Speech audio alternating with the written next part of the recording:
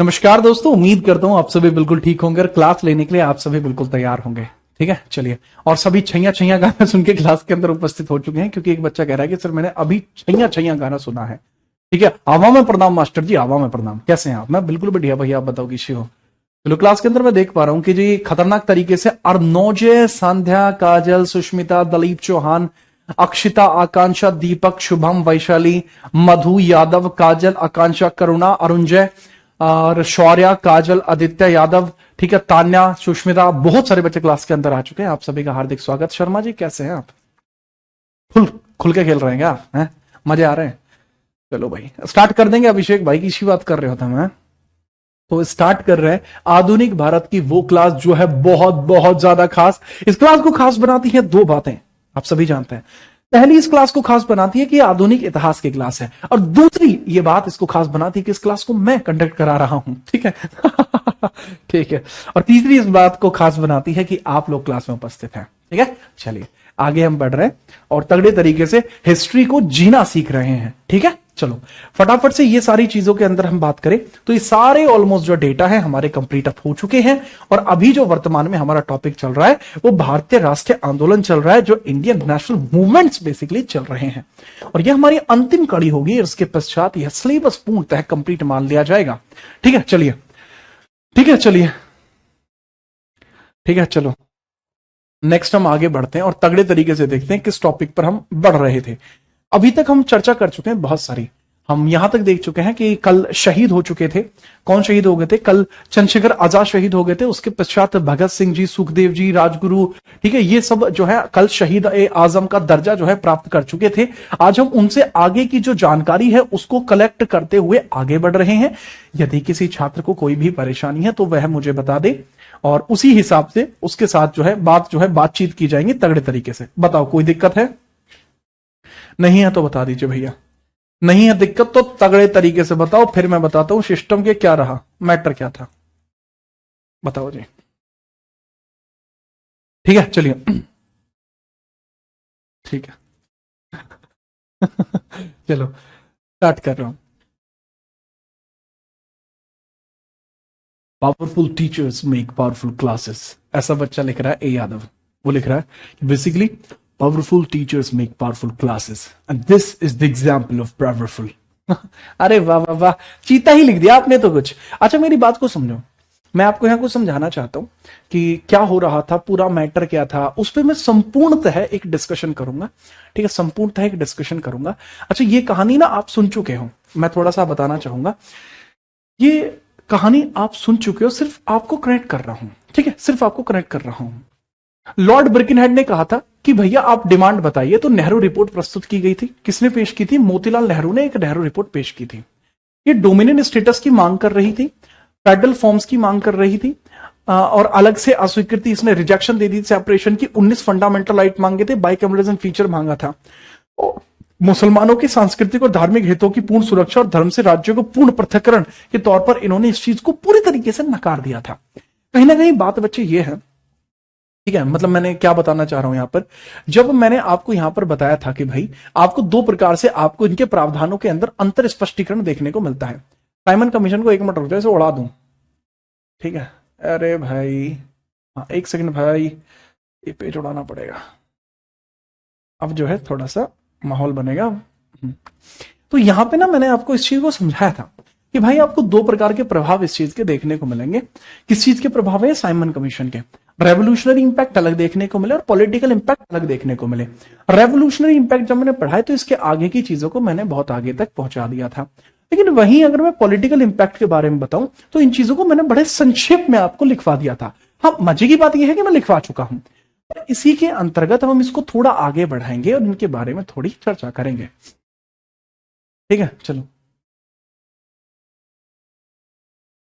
भाई। विशाल, गांधी जी 1922 में जेल में गए थे, 10 मार्च में। ठीक है, चलिए। ठीक है, अच्छा, जो मैंने बताया इस चीज को बहुत ध्यान से समझिए, जैसा मैंने बता रहा हूं वहां पे। तो ये चीज आप समझ चुके थे, इसी चीज को हम आगे बढ़ा रहे हैं, इसी चीज को हम आगे बढ़ा रहे हैं, कृपया ध्यानपूर्वक समझिए। ठीक है, ये बात कब की है वो मैं बताता हूं। ठीक है, यहां पर आपको देखने को मिलती है। ठीक है, यहीं पर आपको देखने को मिलेगा, यहां पर पॉइंट बेसिकली क्या है, साइमन कमीशन के आगमन पर, ठीक है, मतलब थोड़ा सा वहां से कनेक्टिविटी लेके हम आगे बढ़ रहे हैं। वो पूरा का पूरा ना एकदम अलग शाखा थी, अब हमें दूसरी शाखा से आपको जोड़ना पड़ेगा। तो बात बेसिकली क्या है कि 1928 में भारत में साइमन कमीशन के आगमन पर, भारत में साइमन कमीशन के आगमन पर विवाद हुआ था। कमीशन के कारण, शन के आगमन के कारण, आगमन के कारण होने वाले क्या भला, क्या होने वाले सर, इसके संबंध में होने वाले क्या भला, राजनीतिक प्रभाव, होने वाले राजनीतिक प्रभाव, होने वाले राजनीतिक प्रभाव हम इनको पढ़ रहे हैं। तो बेसिकली क्या, political impacts, because of political impacts की बात कर रहे हैं। हालांकि मैं पढ़ा चुका हूं इसको, हल्का सा मैं कनेक्टिविटी दे रहा हूं बस। पॉलिटिकल इंपैक्ट की बात कर रहे हैं, impact of Simon commission arrival of 1928, Simon commission arrival of 1928। तो 1928 का जो साइमन कमीशन का अराइवल था उसके बारे में हम यहां पर चर्चा कर रहे हैं, ठीक है। चलो, अब इसकी चर्चा के बारे में आप भी जानते हैं कि भाई यहीं पर आपको दो तीन चीजें देखने को मिलती हैं। पहली चीज तो यह है कि 1928 के अंदर नेहरू रिपोर्ट का आना। नेहरू रिपोर्ट, ये रिवीजन है, सिर्फ एक नोट यहां से नहीं करना है, रिवीजन है ये, खाली रिवीजन है मेरे भाई, यहां से नोट नहीं करना है, ठीक है। चलो, तो नेहरू रिपोर्ट आपको देखने को मिलेगी 1928 में, नेहरू रिपोर्ट, ठीक है सर, बहुत बढ़िया, ठीक है। चलिए, इसके पश्चात आपको 1929 में देखने को मिलेगी जिन्ना रिपोर्ट। 1929 में ही आपको देखने को मिलेगी साइमन कमीशन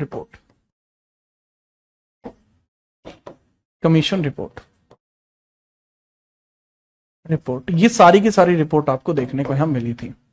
यही बात थी या कुछ और थी, यही सब देखने को मिला था, ठीक है। फिर भी मैं इसका स्पष्टीकरण देते हुए, नेहरू रिपोर्ट जो थी ये मोतीलाल नेहरू ने बनाई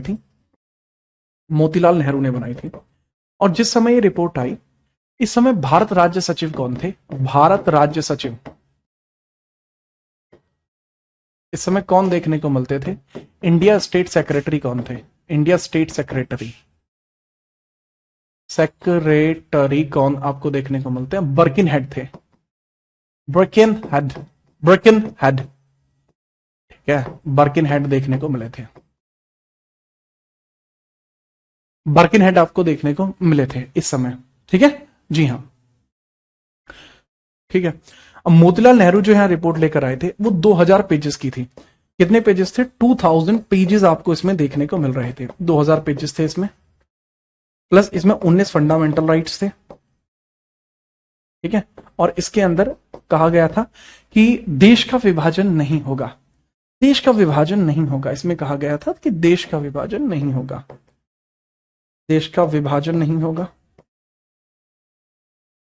होगा, ठीक है। धार्मिक पृथक्करण पर रोक लगाई गई थी कि रिलीजियस सेपरेशन ना हो, पृथक्करण पर रोक, ठीक है। डोमिनियन राज्य की मांग को ठुकरा दिया गया था। तो ये मैं बिल्कुल ठीक हूं, आप कैसे हो, चल, ठीक है।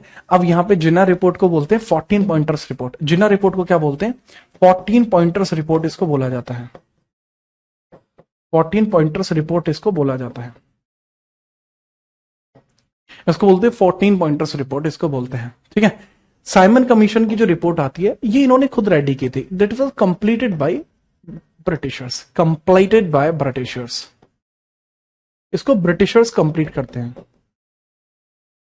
किसने कंप्लीट की थी, ये ब्रिटिशर्स के द्वारा इस चीज को कंप्लीट जो है यहां पर किया गया था। किसने कंप्लीट किया था, इसको ब्रिटिशर्स के द्वारा कंप्लीट किया गया है, ब्रिटिशर्स के द्वारा इसको कंप्लीट किया गया है, ठीक है। मैं इतना ही कहना चाहूंगा कि भाई ब्रिटिशर्स इसको कंप्लीट कर रहे हैं। तो मेरे ख्याल से सारी बातें आप यहां पर जान पाए और बहुत बढ़िया तरीके से इन बातों को देख पाए। ठीक है, अब इन तीनों बातों पर जिससे पहले की चर्चा होती, उससे पहले 1929 में आपको एक और बड़ा इंसिडेंट देखने को मिलता है। ठीक है, ये तो रिवीजन मैंने आपको यहां पर कराया। ठीक है, यही चीज थी, कनेक्टिविटी बनती थी। अब इन तीनों ही बातों पर डिस्कशन होना था, लेकिन इन तीनों ही बातों पर डिस्कशन होने से पहले एक और बात आपको देखने को मिलती है। 1929 का कांग्रेस का लाहौर अधिवेशन, हेडिंग डालेंगे, वो चीज आपको नोट करनी है। 1929 लाहौर सेशन ऑफ कांग्रेस। कैसे हो आप लोग? मजे आ रहे हैं आपके? खुल के खेल रहे हो?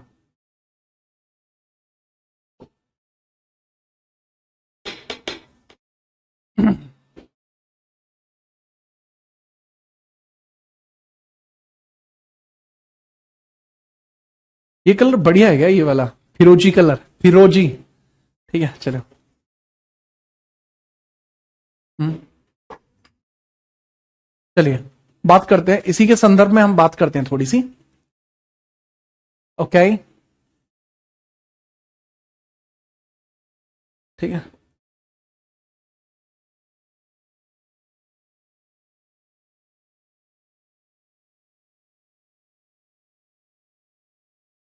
सर गांव में आप आज दावत है, चल रहे हो? मम्मी पूछ रही हैं। शौर्य, माता जी को नमस्कार कहना, कहना कि नहीं दावत तो नहीं खा सकते क्योंकि वर्तमान में मैं अपने कार्य क्षेत्र में व्यस्त हूं, इस कारण से वहां पर वर्तमान में उपस्थित हो पाना हमारे वश की बात नहीं है।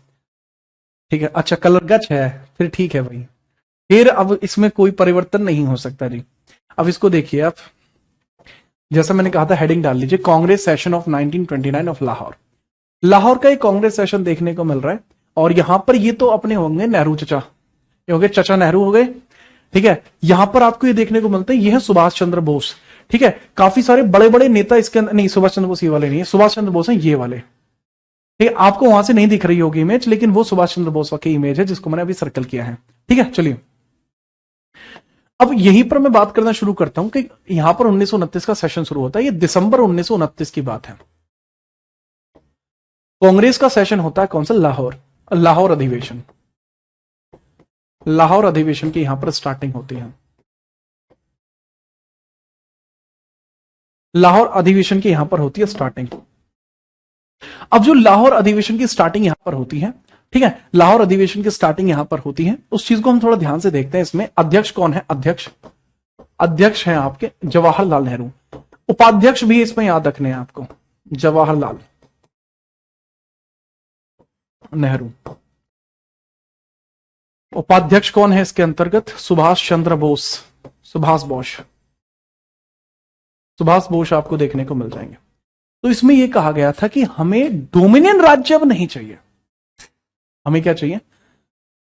ठीक है चलिए ठीक है, यहां पे आपको एक चीज याद रखनी होगी, यहां पर आपको एक बहुत तगड़ा पॉइंट याद रखना है कि इस अधिवेशन में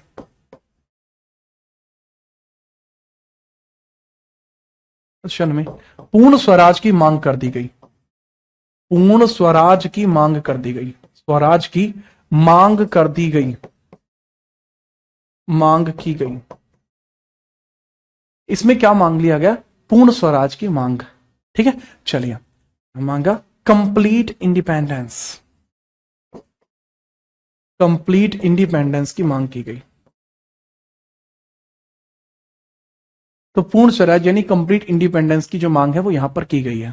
ठीक है, चलो तो भैया पूर्ण स्वराज यहां मांग ली गई।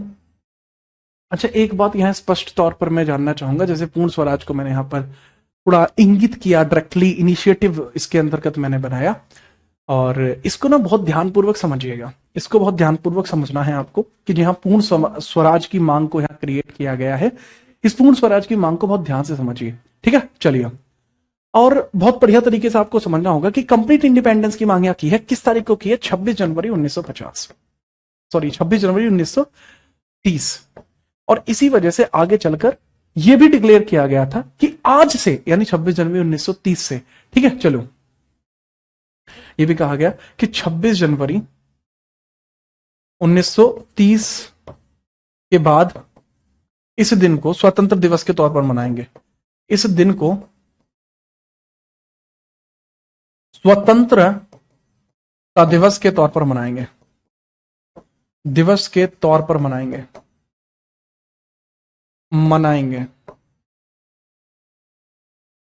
मनाएंगे। कहा गया कि स्वतंत्रता दिवस के तौर पर हम इसको बनाने वाले हैं। ठीक है, चलिए। तो इस चीज को थोड़ा सा याद रखना कि भाई 26 जनवरी 1930 के बाद, 26 जनवरी 1930 के बाद इस दिन को स्वतंत्रता दिवस के तौर पर मनाएंगे। ये बात भी यहां पर स्पष्ट कर दी जाती है। काफी इंपोर्टेंट बात ये यहां पर रही थी, इसको भी याद रखिएगा। ठीक है, चलो। वर्तमान में मनीषा सिविल सर्विसेज के बैच अवेलेबल नहीं है, नेक्स्ट मंथ से शायद वो अवेलेबल हो जाए। ठीक है, ये बात मैंने यहां पे आपको बताई। तो इसको कैसे इंडिपेंडेंस डे के तौर पर कहा गया था, कब तक मनाया गया इसको इंडिपेंडेंस डे, क्या मनाया गया था? हाँ, इंडिपेंडेंस डे के तौर पर मनाया था इसको। कब तक मनाया गया था? 1930 से लेकर 1947 तक ये इंडिपेंडेंस डे के तौर पर मना था, इंडिपेंडेंस डे मना था यहां पर। ठीक है, चलो, ठीक है, चलिए। और 31 दिसंबर 1929 को स्वाधीनता का नया स्वीकृत तिरंगा भी लहराया गया था। जी हाँ, ये भी स्पष्ट और सच बात है ठाकुर साहब, बिल्कुल सही है। अच्छा, आप में से जितने भी बच्चे यहां पर उपस्थित हैं या जो बच्चे बाद में इस क्लास को देखेंगे, मैं आपको एक बात बहुत स्पष्ट कर पूछना चाहता हूं, मतलब एक फीडबैक के तौर पर मैं जानना चाहता हूं कुछ बातें, कि आप में से ऐसे कितने बच्चे हैं जो एसएससी, सीजीएल या फिर सीपीओ या सीएचएसएल या एमटीएस या जीडी के लिए पढ़ रहा है? इसमें से किसी भी एग्जाम के लिए पढ़ रहा है? मैं एक बार मुझे यह स्पष्ट करिए, मतलब एसएससी डेडिकेटेड प्रिपरेशन आप में से कितने लोग कर रहे हैं? आपके लिए मैं और क्या एनहेंसिव कर सकता हूं वो मैं पूछना चाह रहा हूं। मुझे सिर्फ ये बताइए कि CGL, CPO, CHSL, MTS, GD के लिए आप में से कितने ऐसे लोग हैं जो पढ़ रहे हैं? जो ऐसे छात्र हैं जो इस क्लास को रिकॉर्डेड देखेंगे, आप अपनी बात को मुझे मेरे इंस्टाग्राम jeetrana.77 पर भेज सकते हैं। यहां पर मैं काउंट तो करा लूंगा, इनको काउंट करो जरा, हम काउंटर सेट कर दो।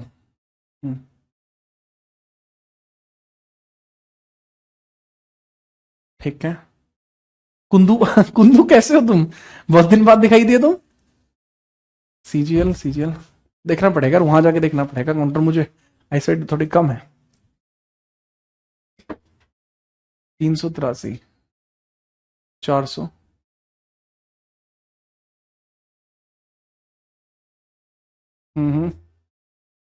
घोचू ये कौन है? 600, दिल्ली पुलिस, अबे दिल्ली पुलिस के तो होंगे ही ना बाबू। ठीक है, ठीक है भाई, ठीक है, समझ गया। तगड़ा सिस्टम है, मतलब बहुत बढ़िया। इश्रांत भी आ चुका है, अच्छा भाई, ठीक है, ओके ओके ओके, समझ गया, मतलब ठीक ठाक बच्चे हैं। ठीक है भाई, एक सप्ताह के अंदर, एक सप्ताह के अंदर आप लोगों के कहने पर इसी वाली चीज पर काम किया जा रहा है। एक सप्ताह के अंदर मैं आपसे फिर मुलाकात करूंगा, फिर यही सवाल पूछूंगा, और तब इस सवाल के साथ मेरे पास आपके लिए एक जवाब भी होगा। ठीक है, चलो याद रखना। ठीक है, आगे बढ़िए। ये चीज यहां पर हुई। इसके पश्चात क्या होता है? इसके पश्चात ये कहा जाता है कि अब इन तीनों पर, ये तो चलो एक सेपरेट सा पॉइंट हो गया। इसके पश्चात आपको एक पॉइंट देखने को मिलता है, और वो पॉइंट दरअसल क्या था वो समझिए। ठीक है, चलिए, पॉइंट क्रिएट करिए बहुत तगड़े तरीके से, और यहां पर लिखिए। ठीक है, आपको बढ़िया मजा आ जाएगा। और लिखना बेसिकली आपको क्या है, लिखना आपको यह है कि यह बात स्पष्ट कर दी जाती है, यह बात स्पष्ट कर दी जाती है कि इन तीनों पर विभाजन पर, या इन तीनों पर, ठीक है, डिस्कशन करने के लिए भारत के भविष्य या भारत के प्रशासनिक भविष्य के लिए, भारत के प्रशासनिक भविष्य के लिए, भारत के प्रशासनिक भविष्य के लिए, भारत के प्रशासनिक भविष्य के लिए एक बहुत तगड़ा काम इन्होंने यहां पर शुरू किया है, वो समझना। तो भारत के प्रशासनिक भविष्य के लिए, और ठीक है, एडमिनिस्ट्रेटिव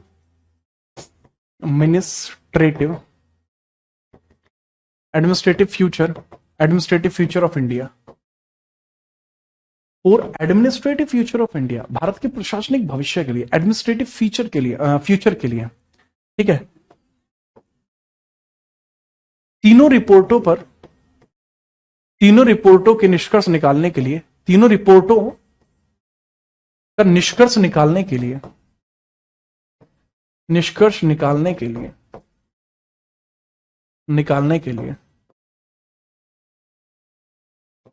तीनों रिपोर्ट्स का जो भी आउटपुट है वो निकालने के लिए राउंड टेबल कॉन्फ्रेंस के आयोजन की बात कही गई। ठीक है, output of three reports, of all these three reports,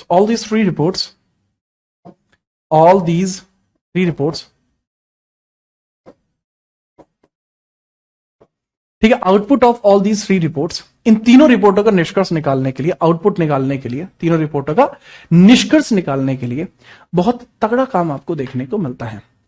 ठीक है, क्या तगड़ा काम आपको देखने को मिलता है? राउंड टेबल कॉन्फ्रेंस का गठन, और राउंड टेबल कॉन्फ्रेंस का गठन आपको देखने को मिलता है। राउंड टेबल कॉन्फ्रेंस का गठन, इसको कह सकते हैं हम राउंड टेबल कॉन्फ्रेंस का गठन। इसको बोल देंगे एस्टैब्लिशमेंट ऑफ, या फिर एस्टैब्लिशमेंट बोलेंगे इसको, गोलमेज सम्मेलन की शुरुआत। अब यहां पे पढ़ते हैं गोलमेज सम्मेलन की शुरुआत। अब जो गोलमेज सम्मेलन आपको देखने को मिलता है, तीन है, 1930, 1931, 1932। ठीक है, 1930, 31 और 32। और सबसे पहले हम 1930 के गोलमेज सम्मेलन की बात करने वाले हैं फटाफट से।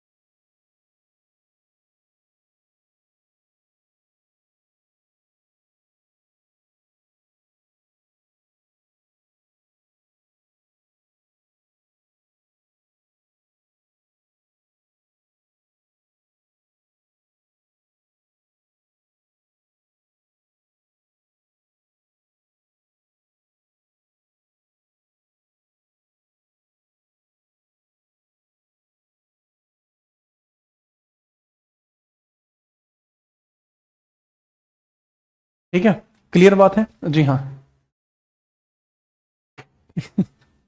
ये क्या है? ठीक है, अरे कॉल था, घर से कॉल था एक्चुअली। अरे मतलब ऐसे नॉर्मल है, नॉर्मल कॉल था। ठीक है, मैं मेरे घर से कॉल नहीं था। ये जो मेरे ये एडिटर साहब है, इनके घर से कॉल था। मेरे घर से कॉल होता तो फिर कुछ मैटर ही होता। ठीक है, चलिए चलो। अब यहाँ पे देखिए 1931, 1932 और 1933, ये आपको स्टेटमेंट आपको देखने को मिलते हैं। ठीक है, चलिए अब आगे हम बढ़ते हैं और इस चीज के बाद हम आगे देखते हैं कि पहले राउंड टेबल कॉन्फ्रेंस में क्या हुआ था। पहले राउंड टेबल कॉन्फ्रेंस में आपको क्या देखने को मिला था। ठीक है, पहला राउंड टेबल कॉन्फ्रेंस, एक सेकंड भाई, पहला राउंड टेबल कॉन्फ्रेंस, ये देखिए, पहले राउंड टेबल कॉन्फ्रेंस के बारे में बात करते हैं। अच्छा, राउंड टेबल कॉन्फ्रेंस के बारे में अगर आप सोच रहे हैं कि राउंड टेबल कॉन्फ्रेंस को हम पहले देख लें, तो मतलब थोड़ी सी बात मेरी आप मान लो, राउंड टेबल कॉन्फ्रेंस को तो हम देख ही लेंगे, उससे पहले कुछ छोटी सी बातें हैं जिनको मैं थोड़ा सा बताना चाहूंगा। ठीक है, राउंड टेबल कॉन्फ्रेंस को लिखने से पहले दो ऐसी घटनाएं हैं जो आपको पता होनी चाहिए। मतलब यहां भले ही मैंने आपको ये बात ये कह दी है कि भाई यहां पे मैंने सीधे तौर पर आपको बता दिया कि गोलमेज सम्मेलन की शुरुआत की गई है, लेकिन दो ऐसी घटनाएं हैं जो राउंड टेबल कॉन्फ्रेंस से पहले हुई हैं, तो कृपया करके पहले उन्हें लिख लेते हैं। ठीक, मतलब ये फिर आपने क्यों बताया, फिर ये तभी बताते नहीं, दरअसल ये यहीं पे बताना जरूरी था। जैसे हमने यहां पे आपको बता दिया, ठीक है, इनकी शुरुआत होगी, तो ये यहां पर शुरुआत होती है 1930 में। ठीक है, कब से शुरू होती है? नवंबर से। तो ये नवंबर में स्टार्ट होगा, तो नवंबर 1930 से पहले कई सारी घटनाएं ऑलरेडी घट चुकी हैं, तो पहले हम उन घटनाओं को देख लेते हैं। ठीक है, चलो, तो कुछ घटनाएं आपको देखने को मिलती हैं, तो यहां पे आप हेडिंग डालिएगा, सीधे तौर पर आप हेडिंग डालना 1930 के अंतर्गत चटगांव आर्मरी रेड। ये जूत का क्यों आपको लिख लेना है, इसमें कोई चेंज आपको नहीं करना है, ठीक है। जैसा मैं बता रहा हूं सिर्फ आपको यह समझना है। इससे रिलेटेड क्वेश्चन कई बार पूछ लिए जाते हैं, तो इनको थोड़ा सा आप लिख लीजिए। नेक्स्ट वाले को मैं अपने आप खुद लिखवाऊंगा, दूसरी घटना को। ये घटना बहुत जरूरी है, इसलिए इसको लिखना बहुत ज्यादा जरूरी है। अगर मैं नहीं लिखवाऊंगा तो ये घटना छूट जाएगी, ठीक है। चलिए फटाफट से बताइए, इसको लिखिएगा। सूर्य सेन एक स्कूल शिक्षक जिन्हें मास्टर दा कहा जाता है, इन्होंने बंगाल में भारतीय रिपब्लिकन सेना का गठन किया। कौन सी सेना का? भारतीय रिपब्लिकन सेना का गठन किया, ठीक है, याद रखना। इसके पश्चात समझना, क्रांतिकारियों को जब्त करने और हथियारों की आपूर्ति करने की योजना इन्होंने बताई। इन्होंने कहा कि क्रांतिकारियों को, चलिए क्रांतिकारियों को हथियारों की आपूर्ति की योजना इन्होंने बनाई। क्रांतिकारियों को हथियारों की, जो कह सकते हैं, आपूर्ति करने की योजना इनके द्वारा बनाई गई थी। इनका उद्देश्य, इसका उद्देश्य टेलीफोन, ठीक है, उद्देश्य क्या था इनका? इनका उद्देश्य टेलीफोन और टेलीग्राफ लाइनों को नष्ट करना, चटगांव के रेलवे लिंक को शेष बंगाल के साथ विस्थापित करना था। तो अप्रैल 1930 में इन्होंने चटगांव के अंदर छापेमारी करी। ब्रिटिशर्स वहां पर थे, ब्रिटिशर्स को वहां पे हराया और उनकी पार्किंग लगा दी, ठीक है। अप्रैल 1930 में छापा मारा गया और छापा काफी सफल रहा था। बहुत तगड़े लेवल पर इन्होंने ब्रिटिशर्स को पछाड़ दिया था। कहां? चटगांव में। चटगांव आपको देखने को मिलता है, एक क्षेत्र है बेसिकली जो बंगाल क्षेत्र में आपको देखने को मिलता है, ठीक है, याद रखना। लेकिन भाई शुरुआती तौर पर ये सेन ने राष्ट्रध्वज फहराया, सलामी दी और एक अंतिम क्रांतिकारी सरकार की घोषणा की थी। ये इन्होंने अप्रैल 1930 में की थी। लेकिन उसके बावजूद भी 1933 में ये पकड़े गए और इनको मास्टर दा को 1933 में पकड़ने के पश्चात ही 1933 में इनकी हत्या कर दी गई, ठीक है। चलिए, ठीक है, तो इसको फटाफट से नोट कर लीजिए। छोटा सा पॉइंटर है, ये छूट जाएगा फिर छूट ही जाएगा, ठीक है। चलिए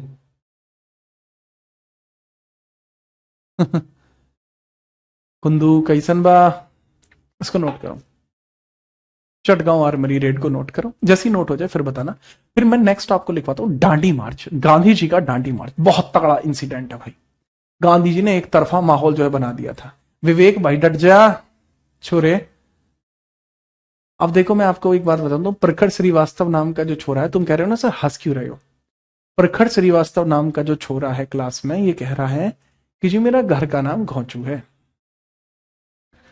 इसलिए आ रही है मुझे हंसी, ठीक है। चलो हाँ बताएंगे भाई, अपूर्व बताएंगे।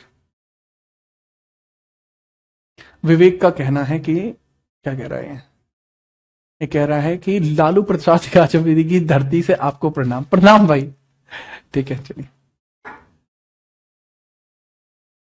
छवि, छवि आप कौन सी छवि हैं आप? ठीक है चलिए। सैसी, सैसी, ठीक है चलिए। नहीं भाई सॉरी यार, किसी बात कर रहे हो हम।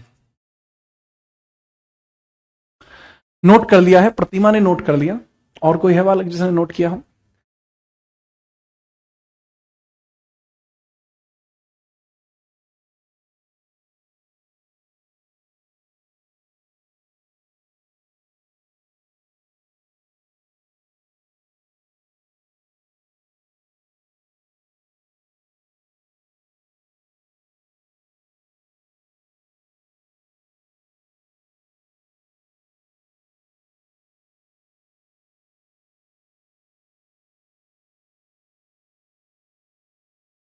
बताइए भाई, चलो आ गया स्वाद, नोट कर लिया, ठीक है।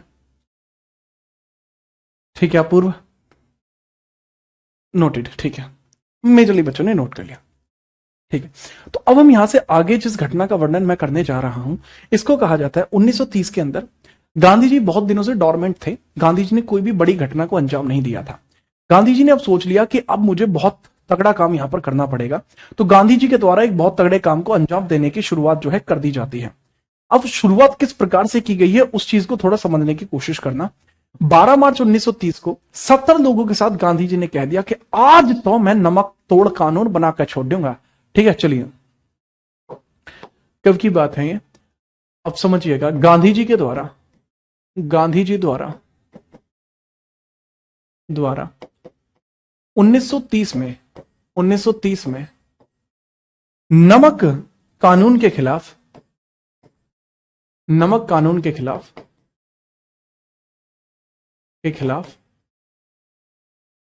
एक रैली निकाली गई, के खिलाफ एक आंदोलन शुरू किया गया,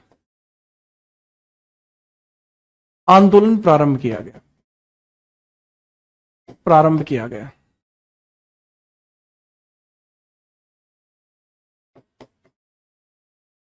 ठीक है, चलो। तो बेसिकली क्या है, चलिए ठीक है, फटाफट से नोट कर लीजिए आराम से। तो गांधी जी ने जो यहां पर किया है, गांधी जी का कमबैक हम दिखा रहे हैं कि आपने हनी सिंह का कमबैक देख लिया है, आपने बहुत लोगों का कमबैक देखा, हनी सिंह का भी कमबैक आपने देखा, गांधी जी का कमबैक आप देखिए। ठीक है, देखो कमबैक मैं ये मानता हूं हिस्ट्री में ज्यादा लोगों के कमबैक नहीं हुए, लेकिन बहुत कम लोगों के हुए। जैसे हुमायूं का कमबैक हुआ था, मजा आ गया था। अब गांधी जी का कमबैक हो रहा है। ठीक है, याद रखना।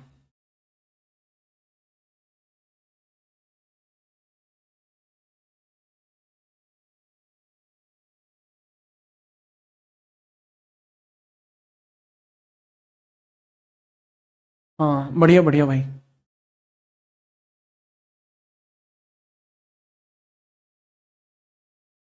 ठीक है, नोट करिए भाई।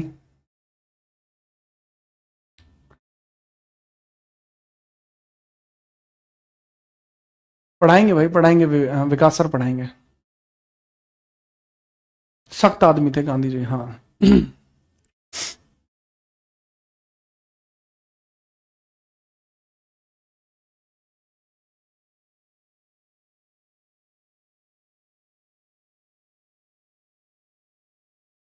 अरे कोई बात नहीं प्रखर यार, कैसी बात कर रहे हो।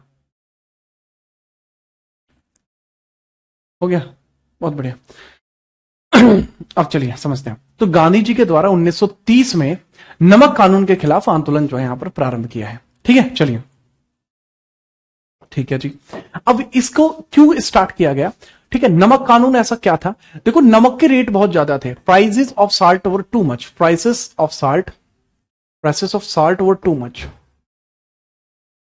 Too much high. कि जो नमक था ना, नमक नमक के जो रेट थे ना, वो बहुत बहुत ज्यादा हाई थे, बहुत बहुत ज्यादा हाई आपको देखने को मिल रहे थे। ठीक है, ओके। अधिक कीमत थी। और जो ब्रिटिशर्स थे वो भारतीयों को नमक बनाने की आजादी नहीं दे रहे थे। ब्रिटिशर्स जो थे, ब्रिटिश भारतीयों को, ठीक है, भारतीयों को ब्रिटिश सरकार भारतीयों को नमक बनाने की आजादी नहीं दे रही थी। भारतीयों को नमक बनाने की आजादी नहीं दे रही थी।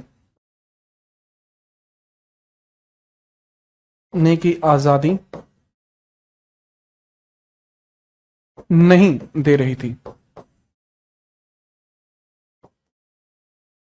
नमक बनाने की आजादी नहीं दे रही थी, मना कर दिया था कि भाई नमक आप नहीं बनाओगे।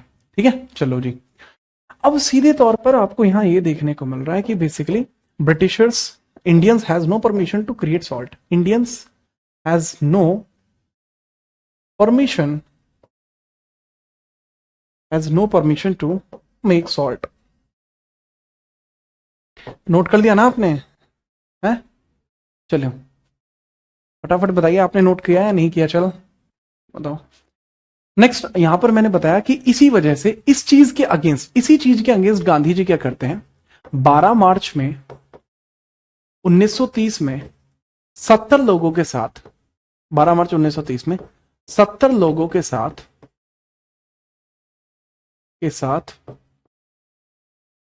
12 मार्च 1930 में 70 लोगों के साथ, ठीक है, साबरमती आश्रम से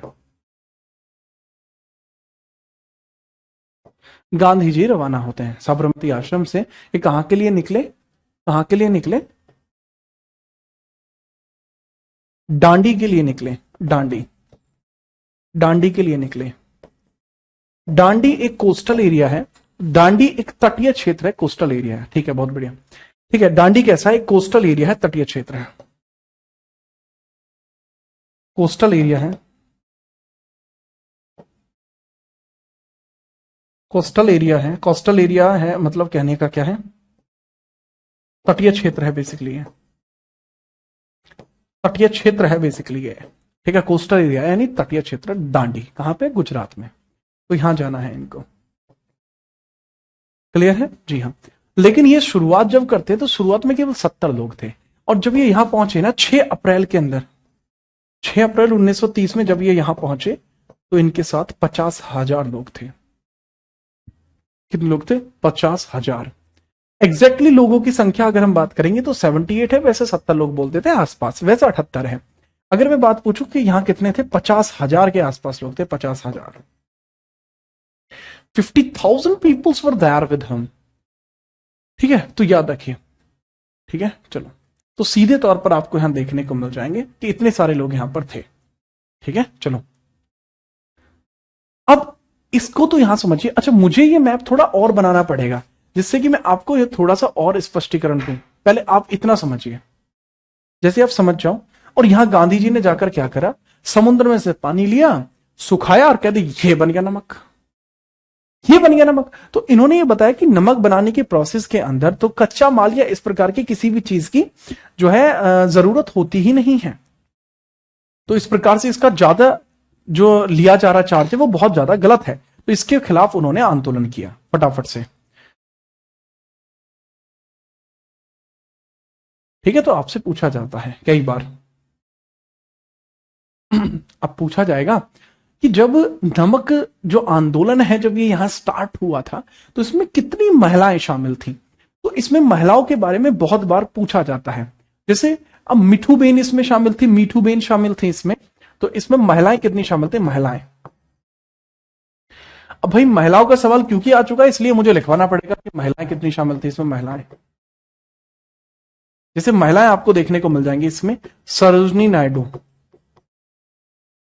नायडू, कमला देवी चट्टोपाध्याय, कमला देवी चट्टोपाध्याय,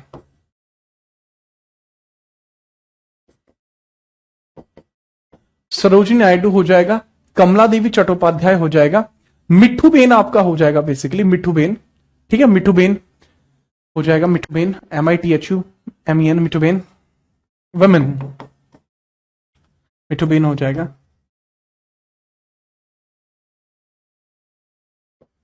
मिट्ठू बेन आपका हो जाएगा। तो ये बेसिकली कुछ नाम आपको देखने को मिल जाएंगे इंपोर्टेंट से। ठीक है, याद रखिए तगड़े तरीके से, आप इसके अंदर याद रखेंगे। ठीक है, चलो, तगड़े तरीके से। ठीक है, चलती है।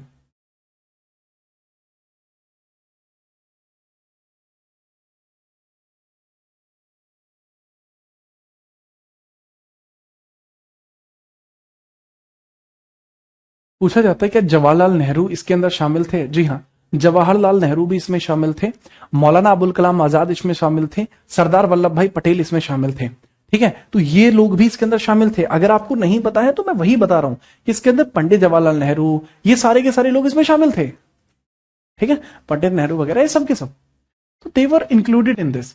समुद्र के पास यहां पर बैठकर इनके द्वारा क्या किया गया, एक माहौल बना दिया गया। ठीक है, चलिए, तो यहां पर एक नारा होता है, साबरमती के लाल तूने कर दिया कमाल, बहुत बढ़िया तगड़ा काम।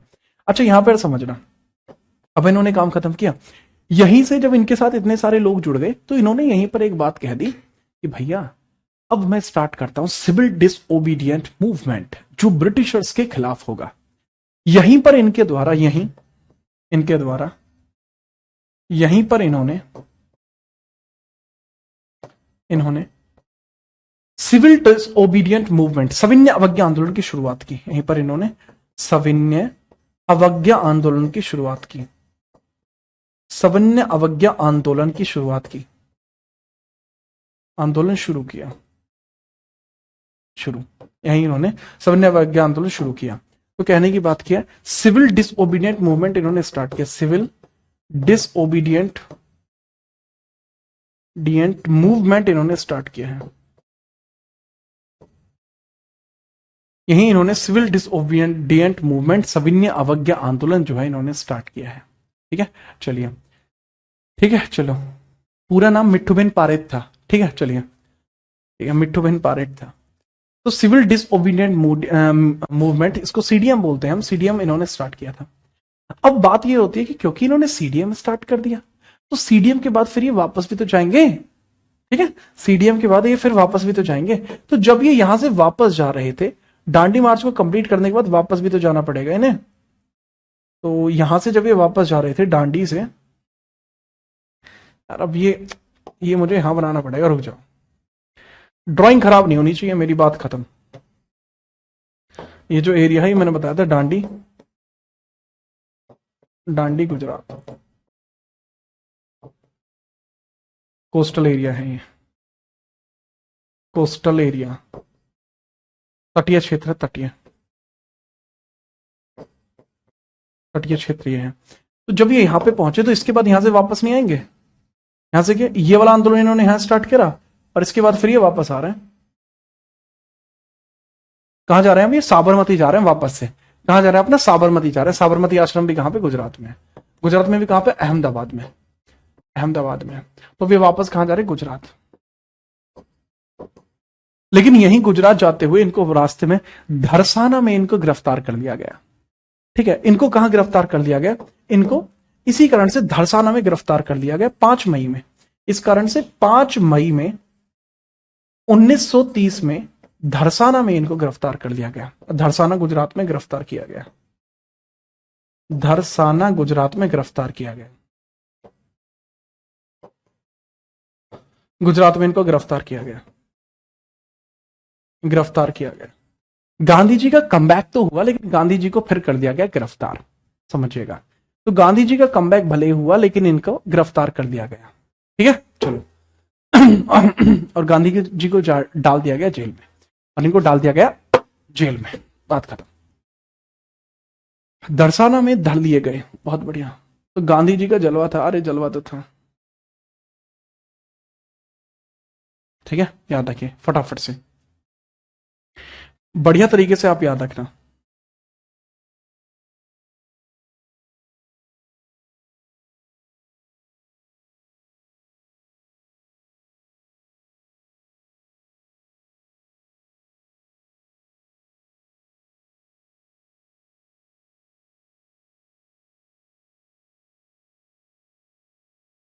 ठीक है, चलो। एक बच्चे का बहुत लॉजिकल सा सवाल है, हालांकि जो है मैं इस प्रकार का सवाल का जवाब नहीं देता हूं, बट लॉजिकली एक बच्चे ने पूछा, पढ़ने वाला बच्चा, दिलीप नाम का एक लड़का है, और वो कह रहा है कि सर आपने ये नहीं बताया कि इसके बीच में टोटल कितने दिन लगे थे इनको वहां पहुंचने में। देखो टोटल दिन तो यहां से कैलकुलेट किए जा सकते हैं कि 12 मार्च से स्टार्ट हुआ 6 अप्रैल तक जा रहे हैं, यानी 24 दिन लगे होंगे, 24 डेज लगे होंगे, ऑब्वियस सी बात हमें यहाँ पता लग रही है कैलकुलेट करके। हाँ, दूसरा आपका किलोमीटर कितने थे, वो आपका सवाल जेन्युइन है, तो 387 आपको यहाँ देखने को मिले थे। 387 किलोमीटर इनके द्वारा वॉकअप यहाँ किए गए, 387 किलोमीटर इनके द्वारा यहाँ वेकअप किए गए, ठीक है, याद रखना, याद रखोगे। ये तो आप ऐसे कैलकुलेट कर सकते थे, चलो। डॉन बनने आए थे इसलिए धर दिए गए सर। बेटा गांधी जी जिंदा होते ना तो तुम्हारी हरकत देखते ना तो उन्हें पता लगता कि ओहो अच्छा, इन बच्चों के लिए बचा रहे हैं हम ग्लेशियर, मैं तो कहता हूं पिघल जाने दीजिए, ठीक है, याद रखना।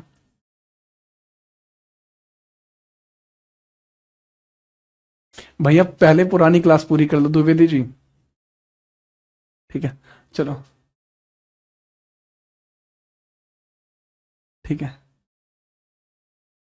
सर। 16 किलोमीटर पर डे चले थे, बहुत बढ़िया, तुम्हारा तो जलवा अलग है भाई। ये है कौन ये, ठीक है, ये इतना बड़ा मैथमेटिशियन क्लास में बैठा हुआ है, ठीक है, प्रशांत इनका नाम है, प्रशांत। अच्छा, इस प्रकार की जो बातें हैं जैसा मैंने बताया ये सेम चीज आपको यहाँ पे भी देखने। अच्छा, इसके बारे में एक और चीज लिख लेना कि यहाँ पर जो गांधी जी ने ये पूरी यात्रा करी है तो सुभाष चंद्र बोस ने कहा था कि वाह क्या जलवा है, ऐसी यात्रा तो मैंने एक और देखी थी जिस टाइम नेपोलियन पेरिस से एल्बा गया था। तो इसकी जो परिकल्पना है ना, इस पूरे मार्ग की परिकल्पना, क्योंकि एल्बा से पहले नेपोलियन को भी अरेस्ट किया गया था तो नेपोलियन एल्बा नहीं पहुंच पाया था, ये भी वापस अपने स्थान पर नहीं पहुंच पाए। तो सुभाष चंद्र बोस ने कहा था कि this travel is just like the travel of the Napoleon from Paris to Elba, ठीक है, इस चीज को भी लिख लेना कि सुभाष चंद्र बोस ने इसकी परिकल्पना नेपोलियन की पेरिस से लेकर एल्बा तक की यात्रा के लिए परिकल्पना के तौर पर याद रखने के बारे में बोला था। ये सवाल आपके किसी एसएससी के पेपर में नहीं आया, बट ये पीएससी के पेपर यानी पीसीएस के पेपर में आया है। ये मेरे नोट्स में भी लिखा हुआ नहीं है, लेकिन मुझे याद आ गया एकदम से, तो इसलिए मैंने बता दिया। ठीक है, तो इसके बारे में बता देता हूं। मैंने बताया था कि मैं एक अच्छा आदमी हूं और इस तरीके की बातें मैं बता देता हूं। तो मैं बताता हूं, सुभाष चंद्र बोस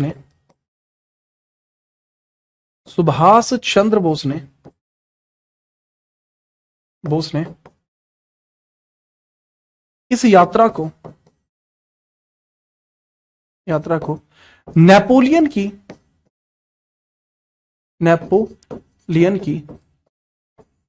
पेरिस से लेकर एल्बा की यात्रा से, पेरिस से लेकर एल्बा तक की यात्रा, एल्बा तक की यात्रा, ठीक है, इस यात्रा को नेपोलियन की पेरिस से लेकर एल्बा तक की यात्रा से कंपेयर किया था। ठीक है, तुलना किया था। ठीक है, चलिए ठीक है, चलिए एल्बा तक की यात्रा से तुलना करके दिखाया था। तुलना की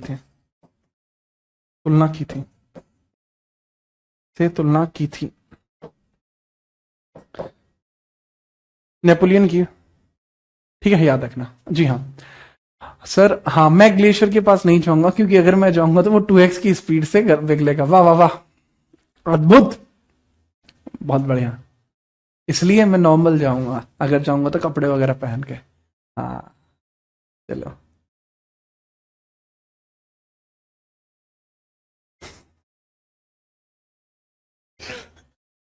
भाई नोट करो फटाफट से। ठीक है, नोट हुआ है, बहुत बढ़िया। अगर ये आपने नोट कर दिया तो बहुत अच्छी बात है। फिर मैं आपको बताता हूँ एक और पॉइंट इसमें बहुत तगड़ा। मैं तुम्हें सच बता रहा हूँ, जितने भी एस्पिरेंट क्लास में आए हैं, आप सोचते होगे सर इतनी कमेंट जैसे देख लेते हैं तो क्या दिक्कत है। किसी दिन कोई भी बच्चा जो भी आएगा ना मेरे पास सेलेक्ट होके पहले, ठीक है, आपको मैं अपने किसी भी बैच की कमेंट देख लेना मेरे की। अगर आपको खुद ये ना करेगा सर ये तो बहुत जरूरी है, तो आपको मजा आएगा, मतलब दिन बन जाएगा आपका। ऐसी कमेंट होती है, मजा ही आ जाता है। पता क्या कह रहा है कि लड़का कमेंट में कि सर गांधी जी कल मेरे सपने में आए थे, ये कह रहे थे कि वकालत अच्छी चीज नहीं है। अब मैं क्या करूं इसका, ये बताओ तुम। हंसी नहीं आएगी, बताओ। अच्छा, ये सेम चीज आपको ऐसे डिजिटल स्लाइड में भी देखने को मिल जाएगी। ये डिजिटल स्लाइड में भी देखने को मिल जाएगी। 78 सदस्यों के साथ अहमदाबाद से, गांव से होते हुए गुजरात की दांडी में गए थे। 50,000 लोग पहुंचे थे, 6 अप्रैल तक पहुंचे थे। गांधी जी को 5 मई में गुजरात के धर्मशाला में गिरफ्तार कर लिया गया था। सुभाष चंद्र बोस ने इस मार्च की तुलना नेपोलियन की एल्बा से पेरिस तक की मार्च से की थी। ठीक है, चलो ओके, आई होप कि आप इस चीज को समझ पाएंगे। ये लो भाई, ये लो, ठीक है, बात खत्म। हाँ। इसके बाद इसमें एक और चीज याद रख लेना। अब हम अगली क्लास के अंदर जो टॉपिक करेंगे भाई, अगली क्लास में टॉपिक होगा आपका ये। तो इस टॉपिक को ध्यानपूर्वक पढ़ के आना, राउंड टेबल कॉन्फ्रेंस को, क्योंकि आज की क्लास का आपका समय हो चुका है पूर्ण। आज की क्लास का खेल खत्म हुआ, समय पूर्ण होता है आज की क्लास का। ठीक है, और बहुत बढ़िया लगा। ठीक है, चलिए। आनंद, कैसी बात कर रहे हो? आपका नाम आनंद होते हुए कैसी छोटी बात कर रहे हो तुम? इसको बहुत अच्छा लगता है भाई मुझे, बढ़िया तरीके से। इसको आप घर से पढ़ के आना, और कल राउंड टेबल समिट को कंप्लीट कर देंगे, और उसके बाद आपका सिलेबस 5 दिन में पूर्ण हो जाएगा। 5 डेज में अब आपका सिलेबस पूर्ण हो जाएगा। ठीक है, तो कल इसको पढ़ के आना। वीर तुम बढ़े चलो, धीर तुम बढ़े चलो, सामने पहाड़ हो या सिंह की दहाड़ हो। ठीक है, चलो बेटा, नीतीश के पुराने पीछे बहुत तगड़ी बात है। इसको फटाफट से नोट कर लीजिए, और मेरे ख्याल से आपको कोई समस्या नहीं रही होगी। कोई दिक्कत है तो बता दो। ठीक है, चलिए। ठीक है, चलिए। थैंक यू प्रशांत। कोई नहीं, कोई नहीं।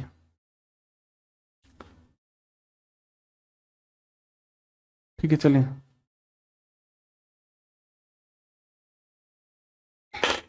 ठीक है शर्मा जी।